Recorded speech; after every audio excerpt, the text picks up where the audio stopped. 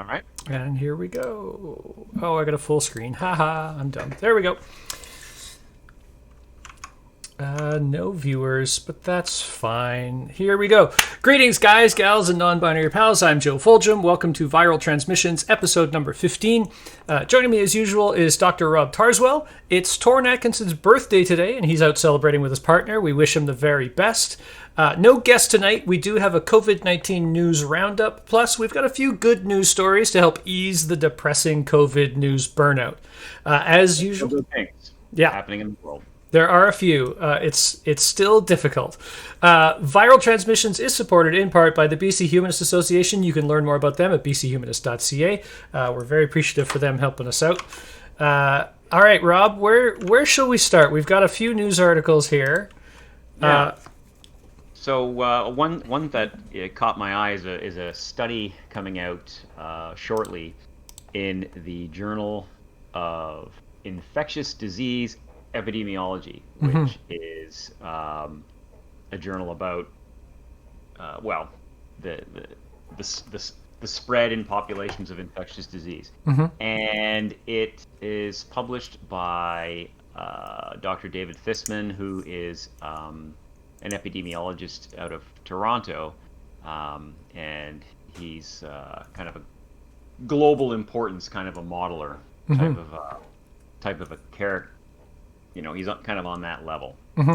And he was really interested in what difference at a modeling or a large population level do masks make under different conditions. And so he started from a very easy condition, which is, let's say that presently the R0 of COVID-19, which is the chance, the average number of people you infect if you have the disease. Well, so if you have it, you on average will infect 1.5 people.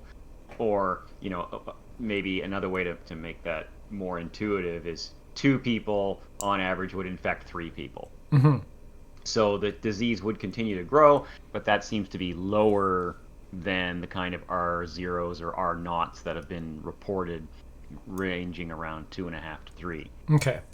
And so he had to kind of dial in some values to go along with that. Well, assuming a mask blocks only 50% of transmission of disease and blocks 50% of inbound disease, what percentage of the population would have to wear masks to get the R0 to drop below 1? And once the R0 drops below 1, that means eventually the disease dies out, because you transmit it to less than 1 person. And if 10 people transmit it to 8, they transmit it to 6, to 4, to 2, and we've got it on the run. We're going to corral it and get rid of it. So he found under those assumptions that the number of people that need to wear masks was only 50% to actually get the R0 less than 1. And so he decided to kind of, let's stress test the model, which is a thing you want to do. And he went with R0s up to 3 and said, let's say that the mask has 0% efficacy of stopping inbound transmission of the disease. And what if it just stops like half of outbound transmission? So really conservative assumptions about masks that are below what we think masks actually do in the wild. Okay. And what was really surprising is under all conditions, under all tests, the magic number is 75%. If 3/4 of people wear masks under all tested conditions, R0 goes to less than 1. And that's a pretty revolutionary idea, because it potentially means if we could just get 3 people in 4 to get masks on their faces, we can reopen the economy, we can reopen the schools, people can travel, we can start to just kind of have the world back. So it's a really interesting idea, and it's based on a really aggressive disease, more aggressive than we've seen in the wild, and really conservative assumptions about masks, much more conservative than we've seen in the wild. He did run also a final series of tests, because he said the first models were based on kind of random assortment. And he said, but of course, that's not what happens out in the real world. People don't assort randomly. People tend to cluster. And people who wear masks are more likely to be clustered among other people who wear masks, and people who don't wear masks are more likely to be clustered among other people who don't wear masks. So in those scenarios, he found that what ends up happening is the disease tends to migrate over toward the non-mask wearing population, which I guess isn't terribly surprising. Yeah, But yeah. it does sort of indicate what happens in a more real world model of how people mix, whereas in sort of a basic model, it's just all of your individuals who either have the disease or have recovered or are currently or susceptible, infected, or recovered. The SIR model. Okay. Yep.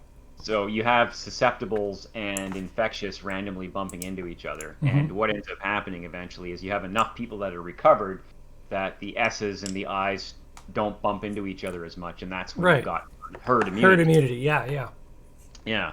But of course, the real world doesn't work that way. So there's all sorts of different ways of tweaking the model so that it's more realistic to actual human behavior. Like, for instance, we see each other every week online, but you're over in Burnaby, I'm here in Vancouver, and we don't bump into each other that often. Even though in an SIR model, I'd have exactly the same odds of bumping into you as I would of bumping into my next door neighbor. Right. Yeah. People who live in my building, down the hallway. So, but it's fundamentally, not to kind of get too distracted, it's an extremely positive development that when we plug really, really conservative models for masks in, if we can just get people to put these things on their faces, you can get cool ones.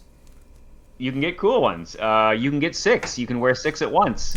Yes, we found that out. Yeah. Still have the oxygen saturation monitor sitting on my desk. So that's kind of the basic story there, which is really interesting. And what I'm hoping is that more stuff like that comes out, and we start to see, in Canada anyway, the public health messaging evolving towards shifting from you can wear masks and it will be helpful, to you should wear a mask, please wear a mask, to kind of move this thing forward. Because in Hong Kong, for instance, which has I don't know what the population of Hong Kong is. Is it 9.5 million, 10 million?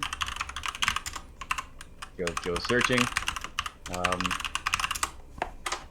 Almost 7.5 million. 7.5 million. Okay. Close to New York. Yeah. Yeah, close to New York. So they had no lockdown, and hardly any deaths, but 97% of people wear masks on the subway in the morning going to work. Right. Yeah. Yeah. So I can pop up the image from that tweet that talks about the paper there with the graph showing the transmission. Do you want me to show that? Here we go. Do you want to explain? Do you want to explain what this means here? I would be happy to. So it's up on the stream now. Okay. So let me unpause the stream and let's make sure that my. Okay. So that's the key graph right there. So the top. If we start in the top left corner, I guess you're gonna have to be the guy with the mouse because you're streaming that image, I assume. I am. Yep. Okay, so if you can mouse over the top left. You can't see my mouse, but. Oh, all right. I can't do that. Okay. I could zoom it. Hold on. I can zoom the image up so we can look at the top left one. Hold on. All right. Let's do this. There we go. Make it nice and big. Okay, so we got our top left one. Yeah. All right. So that under the chat box, based on the assumption. You can see at the top there it says transmission only, and the R0 you'll notice is set pretty low. And as that curve falls and moves to the right, this is what happens over time to the R0 as people begin to pick up and adopt masks. And so that lightest brown line at the top, or almost a pink line, is 50%. Then that kind of orangish brown line in the middle is 75%. And then the bottom, that kind of almost rust-colored line. That's if 100% of people wear masks, and this shows what happens. And in all three cases, it's 90%, Rob. Oh, 90. Sorry. There's a legend on the side there. Yeah. Whoops, my bad. Yeah, it shows what happens if, and that's assuming, say, transmission only. That's assuming that masks have no inbound effect on coronavirus. So they have no protection effect. They only block transmission. But what happens if they, right? And then we drop down. Even if the reproductive number is 3, 50% doesn't get us below 1. But you'll notice 75% and 90 both get us below 1. So that's from an R naught of 3. Masks only offer outgoing protection. And that's if 90% of people wear masks. The orange, the darkest orange line, right? Yeah. And then the far right is if the masks are 90% effective. Is that what that is? Because we've got 0.25, 0.5. Right, so the X is how effective the mask is because we don't know. Right. Yeah. Right. Yeah. So but again and again, the magic number is that middle line. Yeah. Which at 75% under all these conditions, it's underneath. It's underneath 1. Yeah. If 75% of people wear masks and the masks are 90% effective at blocking transmission. That's what that means. Right. Like far right middle line. Okay, got it. Yeah. Yeah. That clears up some of my confusion as well. Yes.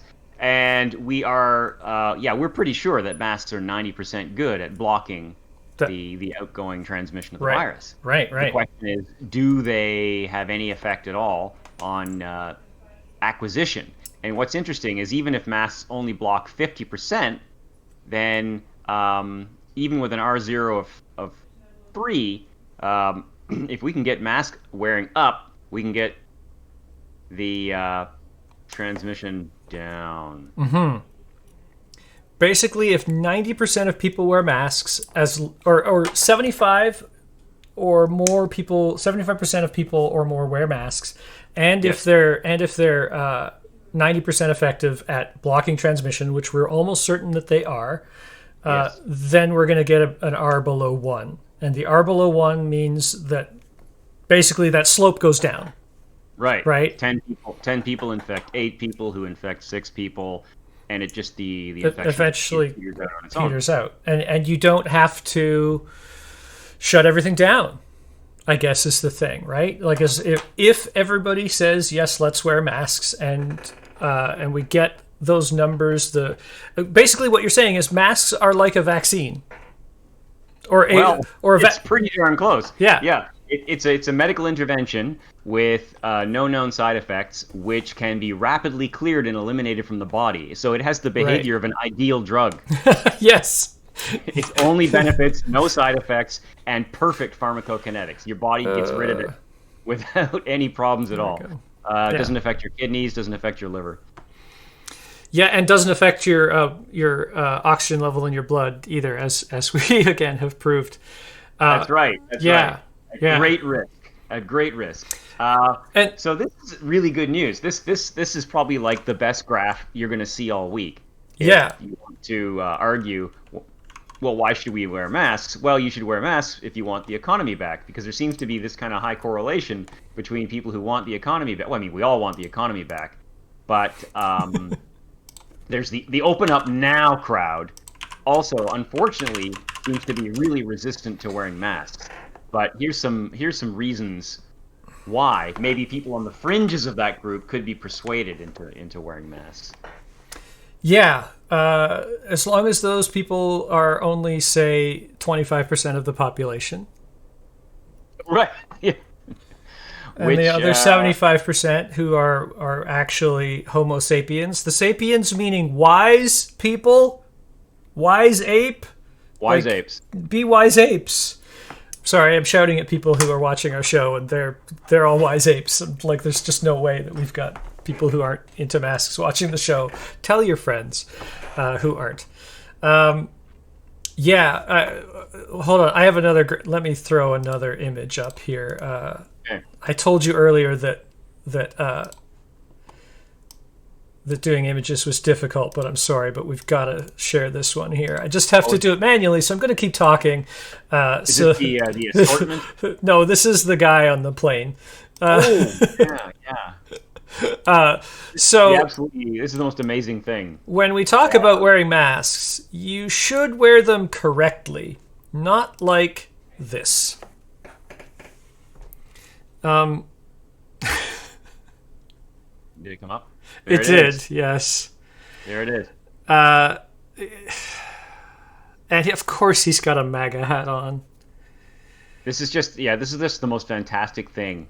Oh God, look at the two kids on the right. Just give an eye. They give me, "Are you fucking kidding me?" eyes at the camera. Which could be, "Are you taking pictures of me as a kid?" But also could be, "Look at that fucking idiot." Wow. It's really impressive. It's incredible. Like, this might be the meta and the metaphor became flesh. Yeah. Yeah.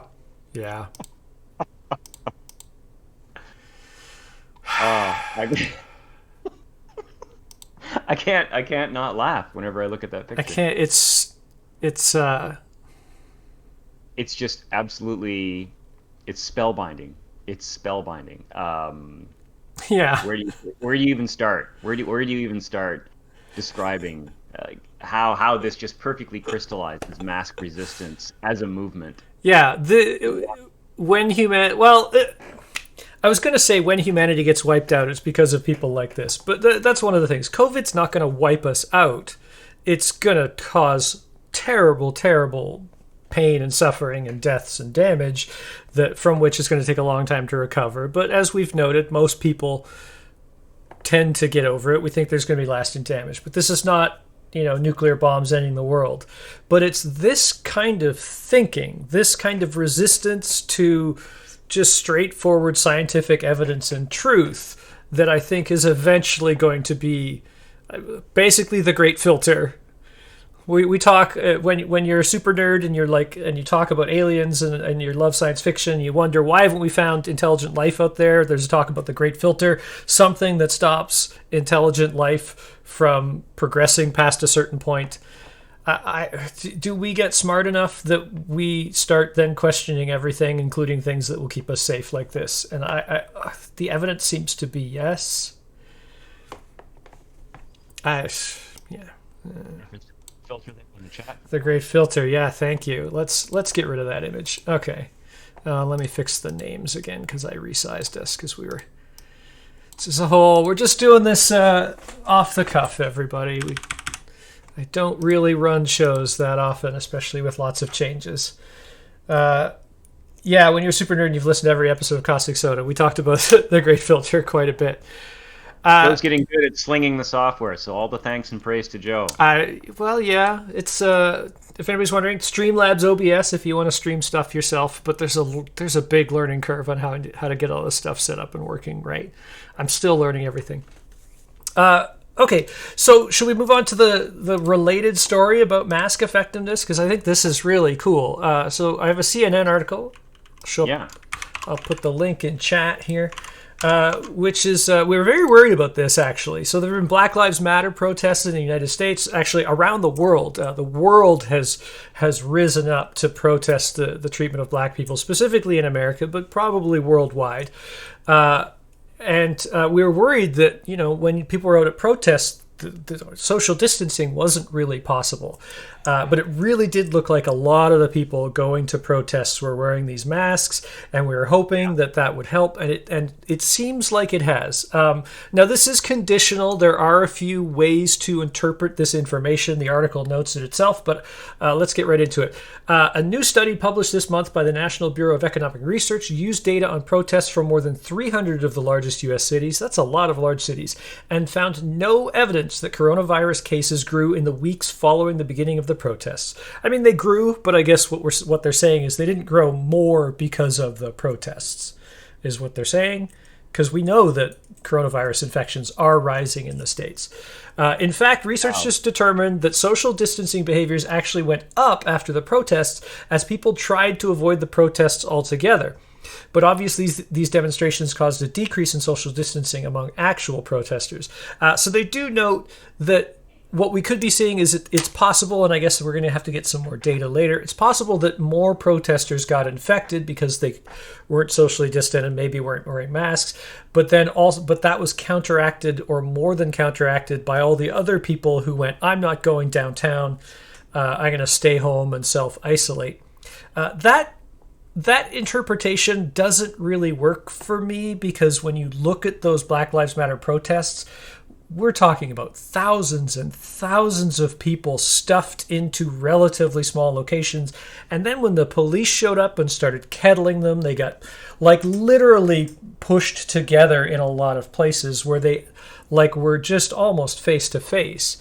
And so I cannot see how social distancing overall went down.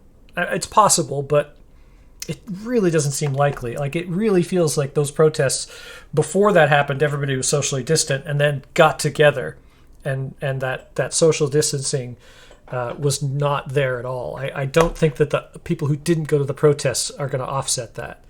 And we've certainly seen a lot of instances where crowded situations in particular have led to super spreading events. There's less spreading outside, but crowding, if it's tight enough and it's enough people, can overcome that.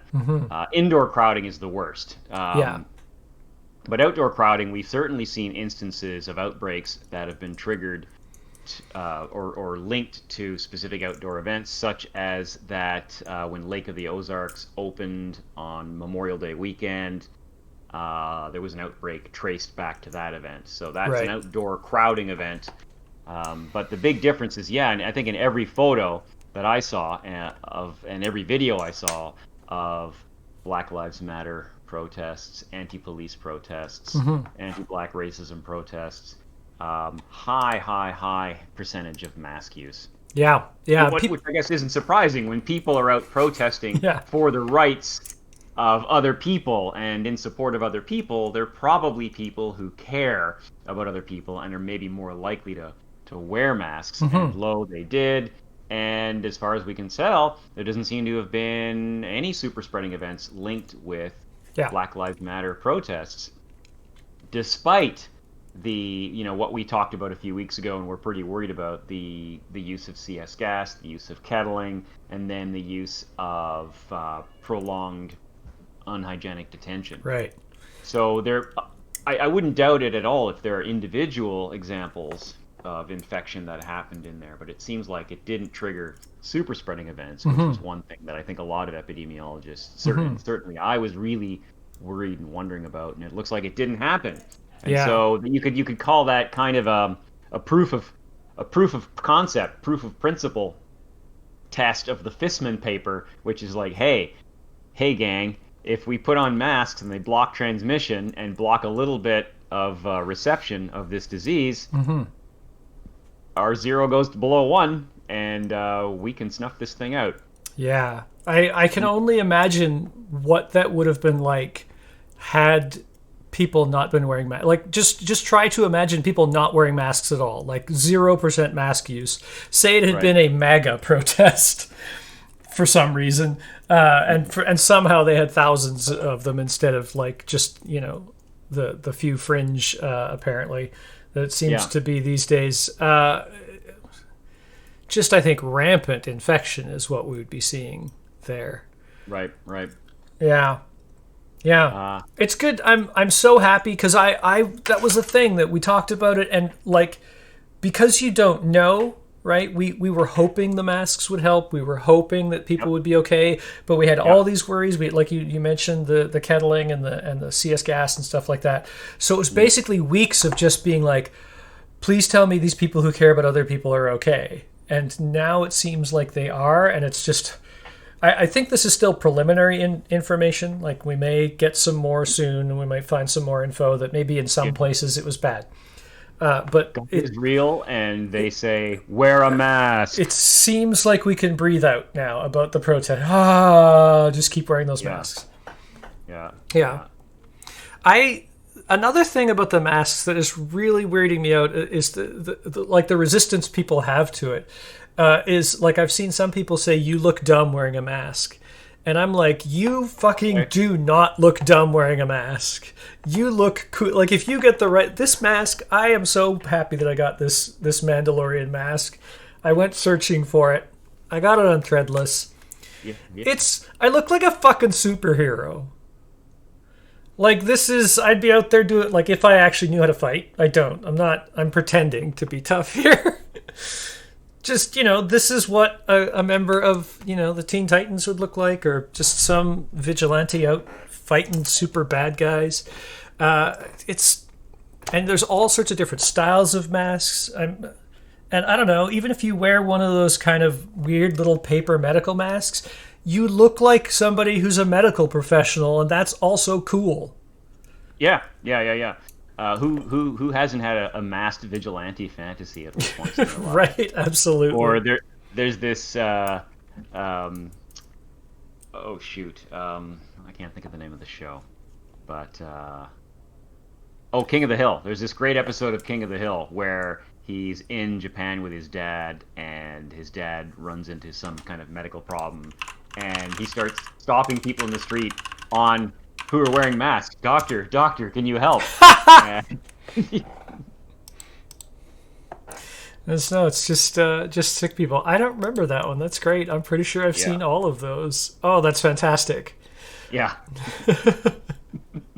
So masked vigilantes wear masks, doctors wear masks, nurses wear masks. Even in the I think it's the Marvel Comics Universe show, they refer to the vigilante heroes as masks. Yeah, masks. I play a role-playing game called Masks. We actually stream it every Thursday, 8:30 p.m. on this exact same Twitch channel. Masks are cool. It's funny, like I feel good wearing that mask. Like I still don't go out that often. I'm a homebody. I like playing video games. I sit in this chair. I don't have anybody to go see that much. But when I walk to go get groceries or something like that, or sometimes take my walk through the park, and I wear that mask, like it feels kind of cool. Like, not just knowing that I'm doing the right thing and being healthy, but like. It has a little bit of that outlaw renegade feel to it. Like, I get a little bit of a Mandalorian walk to me when I'm wearing that mask, right? And also, I'm just absolutely waiting for somebody else wearing a mask to look at me and say, "This is the way." Like, please come to Burnaby during one of the few times I'm walking outside. Wear a mask and walk past me and say that. I just need that to happen. Way to Crystal Mall. On my way to the Crystal Mall to pick up some pirated Nintendo 64 cartridges. It's not what I do. But some carrots. Some carrots. A bit of cheese. And or maybe head out to get some pho from 24 Pho nearby. Who have like glass barriers up, and you go in and order, and like I go, "I'll wait outside," and they're like, "Excellent," and they actually come outside and bring me my order, and I take it home and eat it. We're still doing it. We're still working. We're still getting stuff done. You can still eat restaurant food. Thankfully, the weather's nice now, so you could order restaurant food and then just go sit in a park and eat that there. You don't have to sit in a closed-in restaurant with recycled air. Speaking of shopping, we had to go out and do a couple of trips today, and one of the most adorable thing I saw was when we were in the grocery store, and they've got the 2-meter dots on the ground. Yes. So Marilee and I are standing on a dot, and 2 dots behind us, there's this mother who's standing kind of in the aisle off the dot and coaching her kid. No, okay, move up to the next one. Nope, stay on the dot. So teaching her child how to socially distance. And it just in contrast, I saw a video of somebody out of the States who was told that she had to leave the grocery store because she refused to wear a mask. Because in some places in the U.S., masks have been mandated. They haven't been mandated here in B.C. yet. They're recommended. Please, folks, please. I'm looking right into the camera. I'm looking right in your eyes. Please start wearing a mask. And when she was told she had to leave the store, she, one item at a time, angrily threw every item in the cart onto the floor, just in every direction, screaming about her liberty. And it was just an absolute tantrum. And then the amazing comparison to this 4 or 5 year old kid who is kind of learning how to stand on the dots and play well with others. That's really kind of all this is about. It's sort of like, think of this as untag, right? Nobody wants anybody to be it, and so we're playing untag. Yes. Yeah. That's all this is. Wash your hands, stay distant, and get that filth barrier up. Yeah, and as Ischemio says, screaming that she had a breathing issue. Oh yeah, she was. That's right. Masks. Right, yeah. These. I mean, it's not like these are not like they're not gas masks with big valves that you have to activate by breathing in hard to open the valve and then breathe out. This is just a piece of fabric that I can. Like, there's no extra effort. Well, it's a spit catcher. 1% extra effort is all it is. Yeah. But your diaphragm can take it. It can take the 1%. And if you have fragile lungs, you're the person who doesn't want to get COVID-19 because it attacks if you have fragile your lungs, get out of the grocery store. Get out. Yeah. Go home. Stay home. Get curbside pickup. I don't believe her. She's a liar. She's lying. Well, I don't believe her. I don't believe her either. But as to what's motivating her what shall we call it? Right-wing media, Fox News. As what's motivating her misstatements, I couldn't say, but I have my suspicions, as you do. I recently retweeted a thread entitled "The Many Times That Fox News Has Declared the Pandemic Over." Oh, man, I saw that. That was beautiful. And it's hilarious to us as people distant from Fox News who don't consume that trash. But they're a big news source in the United States and Canada. There's a bunch of Canadians who watch Fox News. It is beamed up here. You can get it. Depressingly increasing number, yeah. And we've had some people who, even in our skeptical community, I'm not going to name the guy, but I think he organized an atheist convention a while ago that we all kind of stopped going to. I don't know if you remember that guy. And he had a rant about how people wearing masks were dumb and looked dumb. And I'm like, can you please stop calling yourself a scientific skeptic if you're not going to listen to what the science says about this? It's not you anymore. You're just an angry atheist and a really bad one, apparently. Like, this is why I've distanced myself from my atheism identity. Like, I haven't changed. I don't believe. But, like... Yeah. If atheism that all fizzled out really hard. Yeah. 7 or 8 years ago, and went with a bang. Good riddance. Well, Sam Harris is still making a good buck off of it. I understand. They've grabbed their little true believers and pulled them in, and now they've got the ones that aren't going to leave them in their little crowds that can afford to keep them well paid and buy their crappy books and like their tweets and all that other shit, and give them money on Patreon. Ugh. Well, actually, they've left Patreon, haven't they? A lot of them. Some have. Yeah. I don't know. It's all just continues to fracture and give non-belief a bad name. It really has. Yeah. Do I have to start going back to church again? I mean, I will. I swear. I want to be one of those atheists who helps out local Muslims when they are under attack. Like, because while I disagree with them, people should... Here's the thing. I'm an atheist who thinks people should be allowed to be wrong as long as it doesn't hurt anybody else. Like, if masks didn't matter, like if masks were just a fad and you didn't want it, like they weren't there to like save lives, and you're like, I don't want to wear a mask, fine. Change your mind, even if I thought they were cool. And if you want to, live your life as a religious person, but generally a good person, awesome. I'm happy with that. But yeah, there's so many atheists who are not good people. So it's not the way that you get to decide good or bad. It's not. To go a little tangential. Speaking of which, after the Quebec mosque shooting. I went to a mosque in Vancouver and made a big donation, Islamophobes. A really big donation. Suck on it. Good.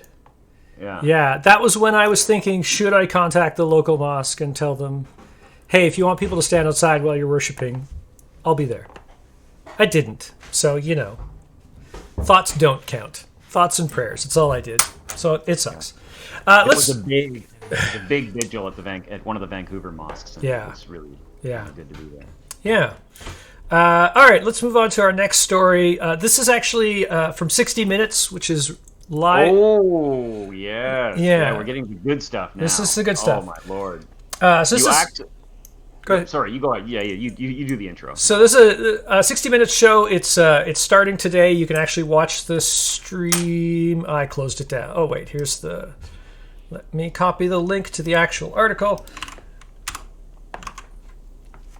So this is, if you got CBS All Access, but I'm pretty sure their website has it so you can watch the 13-minute, I've posted the article already. So back in March, the Food and Drug Administration, this is the FDA in the United States, we're in Canada, of course, took the unprecedented step of allowing COVID antibody tests to flood the market without review. The tests were billed as a critical tool to assess where the virus had spread and who might have immunity, of course. We've talked about the antibody tests before. Over the course of a 3-month investigation, 60 Minutes has learned that federal officials knew many of the antibody tests were seriously flawed, but continued to allow them to be sold anyway. Dr. Hector Gonzalez was the director of health in Laredo, Texas for nearly 2 decades. The city wanted to start testing frontline responders as soon as possible, but first, weeks away from his retirement, Dr. Gonzalez decided to test the accuracy of the antibody tests.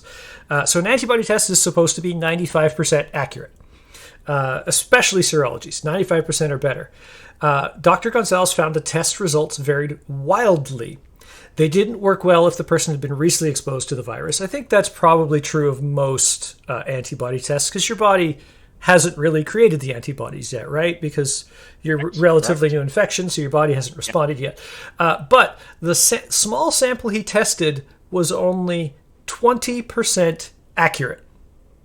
And all but one test delivered so-called false positives, meaning they mistakenly signaled antibodies in people who did not have them. Democratic Congressman Raja Krishnamurthy of Illinois is investigating who directed the FDA's hands-on approach.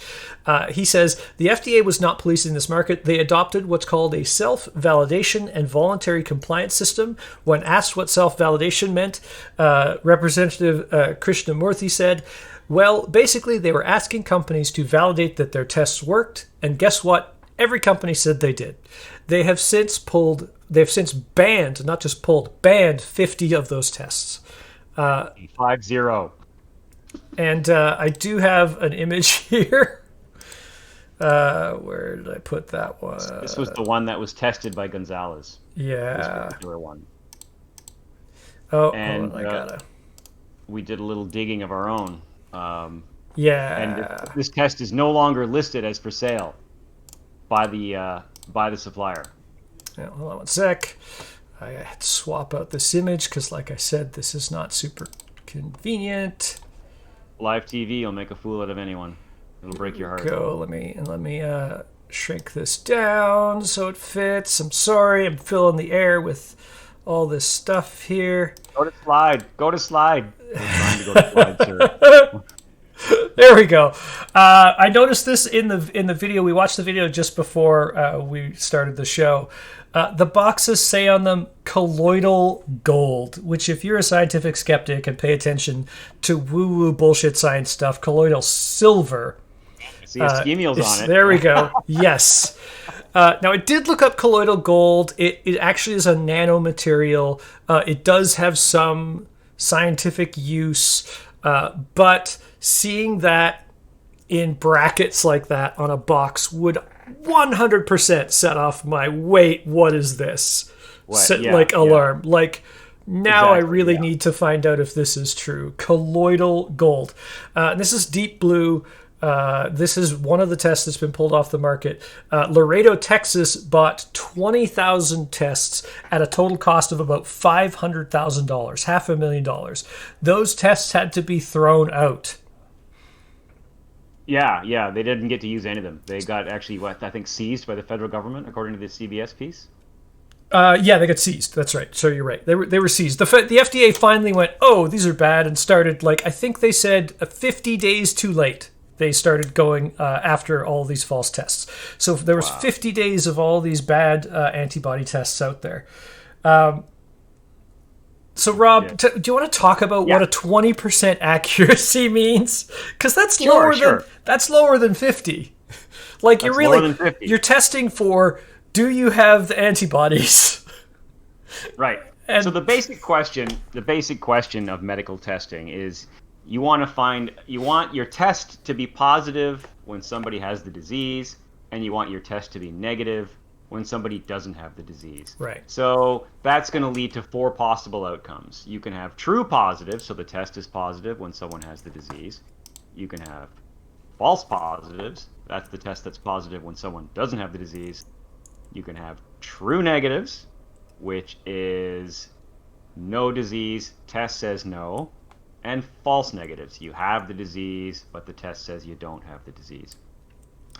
And at a minimum, so the accuracy of the test is going to be you take all your true positives and all your true negatives, and you divide it by the total number of people tested. And if I pull a quarter out of my pocket and I start flipping it, and you walk up to me and you say, do I have cancer? Well, let me check with my medical testing quarter. And I pull it out of my pocket and I flip it. There's a 50% chance. It's going to say, heads, yes, tails, no. Right? And so you either do or you don't have cancer. What makes a medical test good is if it's better than a coin flip. Because otherwise, we might as well just flip a coin. Yeah.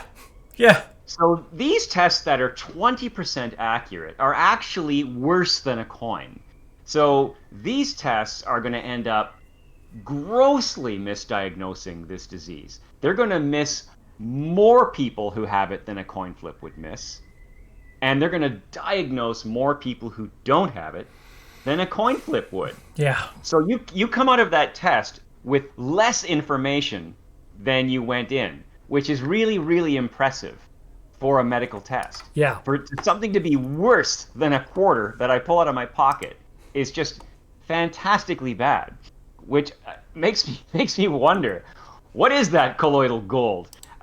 How is it so incredibly bad? It's almost like if this test told you that you should pick 7, 19, and 12 as your lucky lottery numbers, you should leave those 3 numbers definitely off your lottery ticket. It's almost like an anti-predictor. Yeah. You should basically take the test.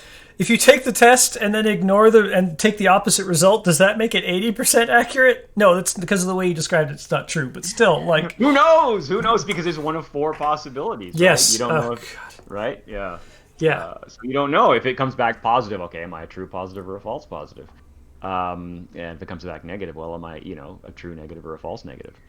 And what's probably happening is there's an overwhelmingly high number of false positives, because that's usually what inaccurate tests tend to do. They tend to just overdiagnose all over the place. And in this case, that's super dangerous, because people who test positive for COVID-19 for antibodies, they think I've had it, I'm safe. I've had it.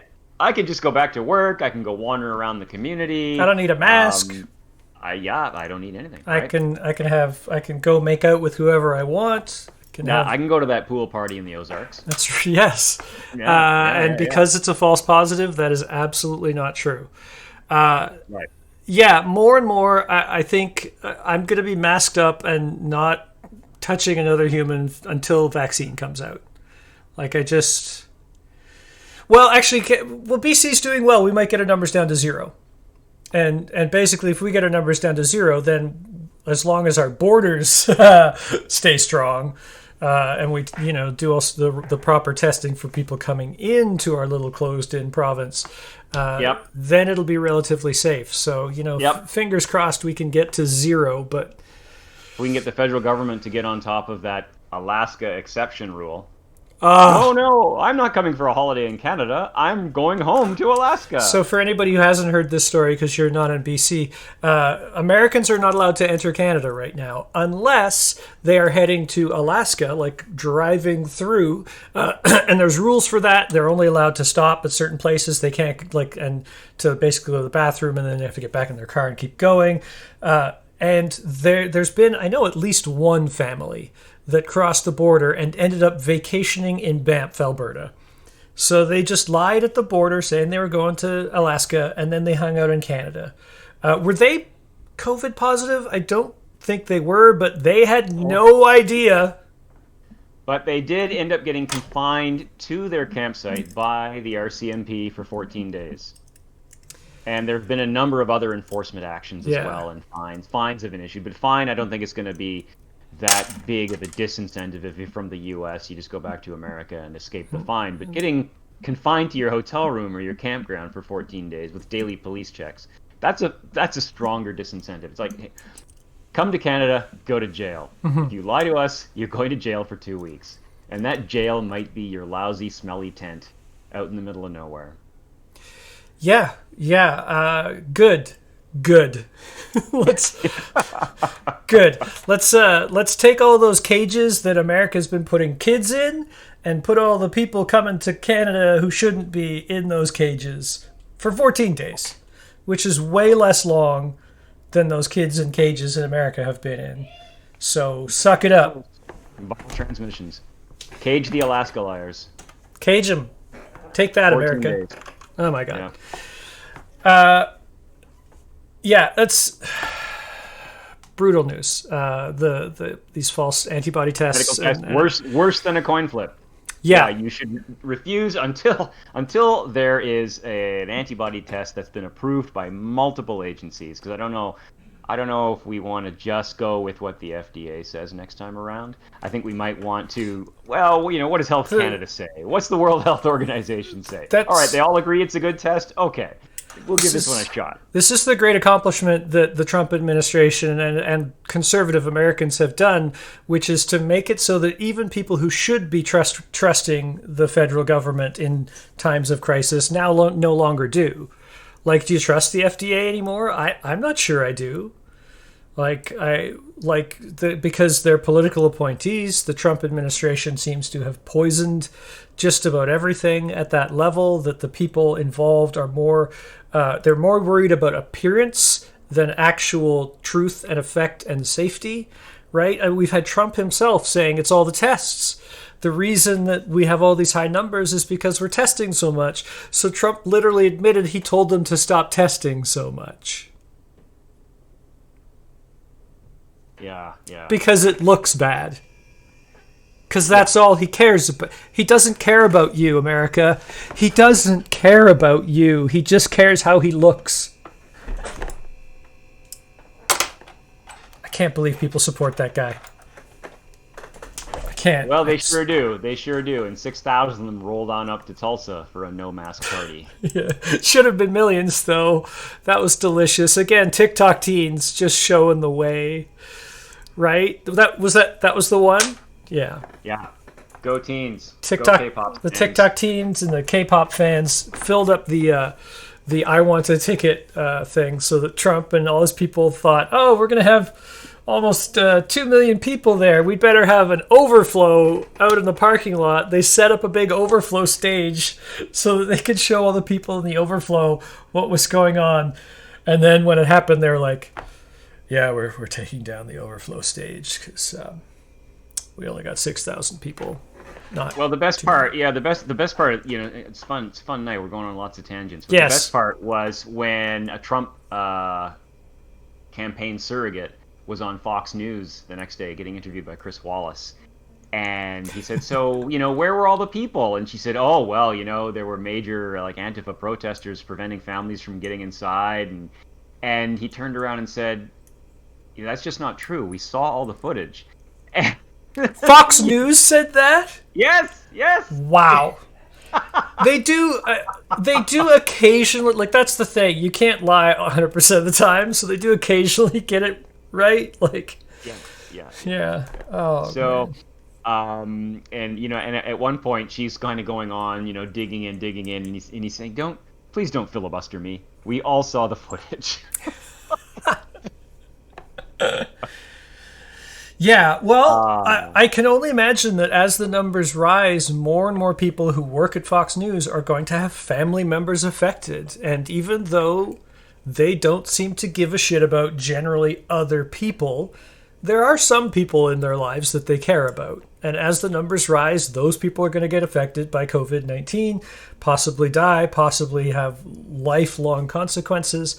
And that's probably going to wake them up to the truth that's happening. The frightening question is, with over, I think we're at 2.5 million infections in America right now. Wasn't that the number that we just saw? 1.2? Or was it 1.2? 1.3? Easy enough to find out. I'm just Googling it right now. Yeah. No, confirmed, 2.59 million and 128,000 deaths. Oh, okay, yeah. So there's still your case fatality rate of 5%. Yep. Wow. And if that's even, if those deaths are even somewhat underreported, and there's lots of reasons to think they might be. And the population... Case fatality rate's at least 5%. So almost 1% of Americans have been infected now. Yeah, 328 million Americans. So when we hit 3.28, then we will be able to say 1% of America has contracted COVID. And there's no way they're not going to hit that number now. Like the graph is going vertical. Especially when you pull out New York. So New York is the place they had it really bad for a while, and the graph in New York is now going steadily down. They've taken had a very strict response to it, and they seem to be doing really well with it. And then when you see graphs of America minus New York, it is skyrocketing. Yes. And when you zoom in on the states that are the real hot sources, so like Texas and Arizona, those are almost like rockets. Yeah. Florida had more new cases today than all of Europe. Marilee brings up actually a true thing that crushes my hopes, that some of those COVID deniers and anti-maskers are getting COVID and then shrugging it off. You retweeted a guy who he had organized an anti-mask campaign and then caught COVID. Yes. Thought he was having a heart attack. A stroke. Thought he was having a stroke. Rushed himself to the hospital. Found out it was COVID, and then went, "Oh, it's more like the flu." Yeah. Even though he thought he was having a stroke. So this guy is now denying the severity of his own illness. His own illness. Stick to the script. Yeah. Instead of going, "Oh my God, I'm really sick." Yeah, I'm hoping that that's not an absolute thing. That again is so. Again, humanity's, it's not a binary. It's not will deny, won't deny all the time. There's probably some kind of weird bell curve that we could use to describe people's response to this. And I'm hoping that people like him, and he's specifically a guy who literally organized a group to protest anti-COVID stuff. I'm hoping people like him are at that thin tail of that bell curve of the people who will absolutely deny all the way to their deathbed, and that the majority of people, I know that we had early on in this, the one of the kids who went to spring break came back with COVID and said, "I was a fool. I was so wrong. Please take care of yourself. Don't do what I did." So, I mean, it can happen. I just hope that the numbers are high enough of the people who finally get to it. But it's just, again, it's that dog sitting in the room on fire saying, this is fine. This is fine. Just dead people all over. This is fine. Or having the disease that, this is fine. I'm fine.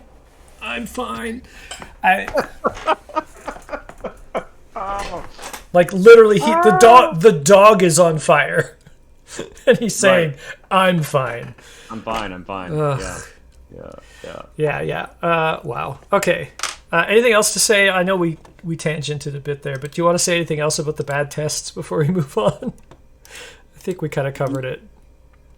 Yeah. Absolutely fascinating. Absolutely. Like the idea of a test being worse than a coin flip. It's just not even something I had thought about before running into this problem. But that's what happens when you throw the gates open to just completely unregulated commerce. Right. There's a reason the FDA exists. Yeah. FDA. Yeah. There's a reason you exist. Yes. Yeah, that's the thing that I keep trying. All these people who are like small government and stuff, and I'm like, sure, government should be about as small as it needs to be to get stuff done. but it still needs to get stuff done. There's a reason we demanded these institutions be created, right? And it's usually in times like this where we go, things are terrible. We should all get together and work on it. Let's pay some taxes and then, put in roads is the very obvious thing. I hate not being able to get from my place to Rob's place. We should have paved roads to do that. Yeah, let's all pay taxes and do it. Oh, government's terrible. It's the same thing with disease prevention, hey, let's get some smart people in charge of keeping us all healthy and pay into that. And it's brutal. There's a reason we don't have private fire departments. Well, actually, some places do, and it's terrible, and they'll watch your house burn down after they make sure you're all safe. We talked about this on Caustic Soda, actually, in the firefighting. I think it was the first kind of government firefighting was in Rome, because the previous firefighting was it Crassus is the guy's name? I'm doing this from memory now, but there was a fire department in Rome. It was basically the equivalent of a company owned by a guy. And when your like not just house but like actual estate caught fire, he and all his firefighters would show up, and he would offer you a discounted price on your property, severely discounted, and go, this is terrible, your place is on fire, I'll give you 10% of what it's worth. And if you said no, they would stand by and watch it burn. And if you said yes, he would buy it, send his people in who would put out the fire, and then bam, he has something worth way more than what he spent. This man became the richest man in Rome. That's sort of a dick move either way, huh? It's 100% evil. And so like that is to me the great example of why you don't have private firefighters. Like we have the evidence from history of how bad that gets. Like imagine your house being on fire and you call the fire department and they go, I'll give you 15 grand for it. What? But it's worth $500,000? Not now, it's on fire. What? Okay. Let's move on. So Rob and I have been talking about how we've been getting kind of burned out by COVID. A lot of the stuff we talk about is depressing. So our idea for the show is we're going to try to mix some good news in here. We're not going to become some good news and sell it like that, but we want to mention some good stuff. Sell out. To try, we're not going to sell like fucking John. But don't stop sending your offers. Yeah. If you want to support us, that's great. So we want to mention some good news. That's why I made sure to mention the Black Lives Matter protest, which was related to COVID. We've got some really good news coming out of the United States right now, which is kind of unexpected, actually. I wasn't sure that this was going to happen. Federal civil rights law protects gay, lesbian, and transgender workers, the Supreme Court ruled on Monday. This landmark ruling will extend protection to millions of workers nationwide and is a defeat for the Trump administration, who argued that Title VII of the Civil Rights Act that bars discrimination based on sex did not extend to claims of gender identity or sexual orientation. It was a 6-3 opinion, so 3 of them are total assholes. It was written by Justice Neil Gorsuch. I don't know if I'm pronouncing his name right, who was actually Trump's first Supreme Court nominee. He has been labeled basically a turncoat by the conservatives for writing this. He wrote in his decision, he got to write the actual decision, an employer who fires an individual for being homosexual or transgender fires that person for traits or actions it would not have questioned in members of a different sex.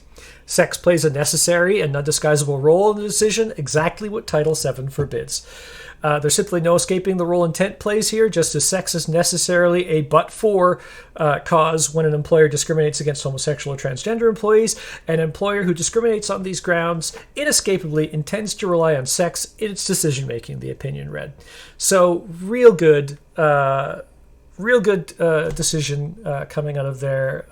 So there is some good news in the world. I've been desperately trying to find more good news, to be honest, and it's really hard these days. There's a subreddit called Our Good News that, like, literally, if you sort by new, has maybe 3 or 4 articles that aren't just "my wife had a baby" in them. And some of those, when you look into them, are kind of like, hey, that bad thing is slightly better now. I'm like, that's not that good. It's not that good. Or the typical what we're getting. This one cop was nice this one time. I'm like, yeah, that's not some good news-ish. The one that got sold. Yes, that is some good news, kind of good news. We're not going to cover that. So, hooray, there is decided by the Supreme Court of America protection for homosexual and transgender people. I would get, again, no mention of, they say sexual orientation, so that would cover bisexual people, but specifically transgender and homosexual, they mention in the decision, but pretty clearly that extends elseways. And which penguin story do you want to do? I think the Torrin left us with an embarrassment of riches. He really did. So the good news here is we'll have some penguin fodder for you for the next few episodes. But which one are we going to pick for tonight? I like the one that said the penguins are happier with. This is a little bittersweet because it's actually kind of about global warming, but yeah. But I do like the one that says penguins are happier with less ice. So it turns out with a lot less of the sheet ice, the penguins, of course, are not very good at waddling over land. They have to extend an awful lot of energy to move distances, and they have to move from their breeding grounds all the way to an opening in the ice so they can get down and feed, because they feed in the water and then they have to come out. With the ice caps thinning and melting away, in some places they're actually able to pretty much walk only a few feet from their nest and jump into the water and go feed, which is a really big deal for them. Oh, that's a Facebook-y link. Not bad. I didn't know Facebook did that. I thought it was just going to give you the straight link when I copied it. Boo, Facebook.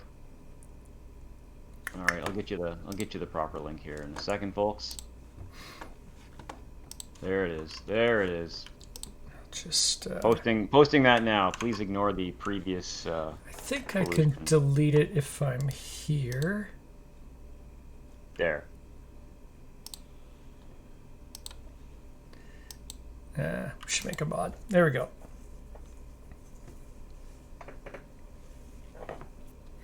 Oh, Eskimiel has some information on the Supreme Court ruling. Looks like it was give with the right hand, take with the left. Yeah. That ruling came not long after they took away our medical securities, made it hard to feel happy about the win, knowing how many trans people can be refused, even in car accident. The EMS can say, it goes against my values to help a trans person and get away with it. In the ACA, the Affordable Care Act, there was a provision that made it illegal for healthcare providers to refuse, but Trump took it out. So he recently had a trans woman die on the side of the road while EMS laughed at her.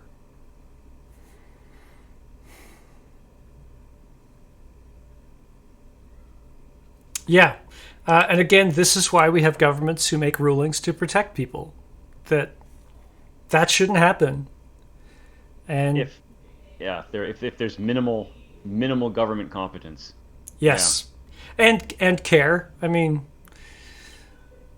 Trump doesn't care. It's not an incompetent thing. He literally wants to defend discrimination. He thinks people should be allowed to discriminate against LGBTQ people. I mean, that's God, we're trying to end on a positive note.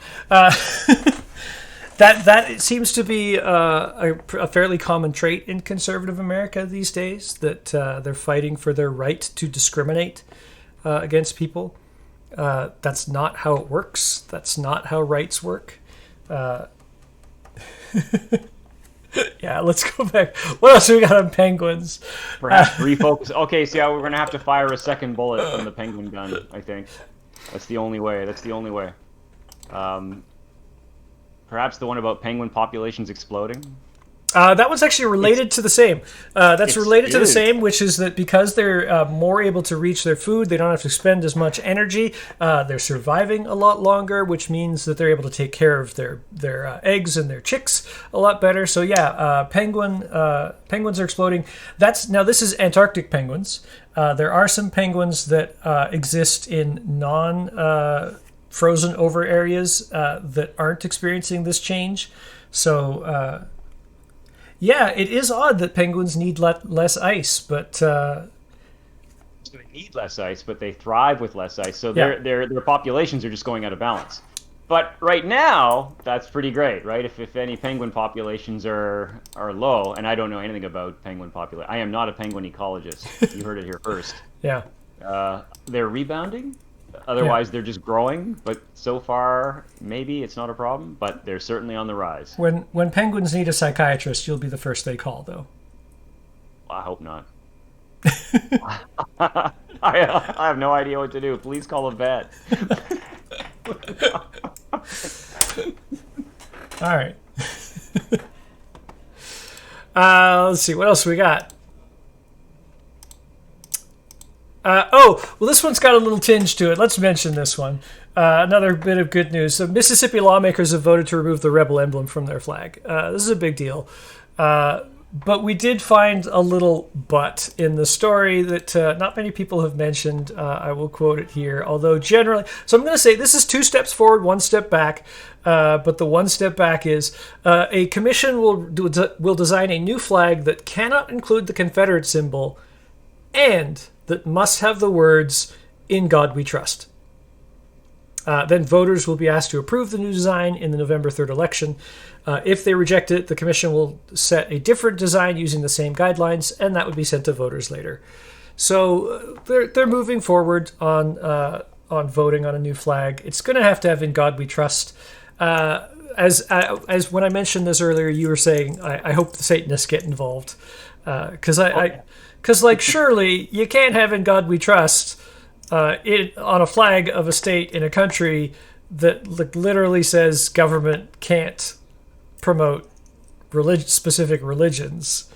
So I can absolutely see that that's like going to get struck down, which then might make them go, oh, well, we tried to get the Confederate battle symbol off, but we can't do it now. So I guess it stays. It might not get struck down, right? I mean, it's on the money. Yeah. It's Oh, that's right. It is on the money.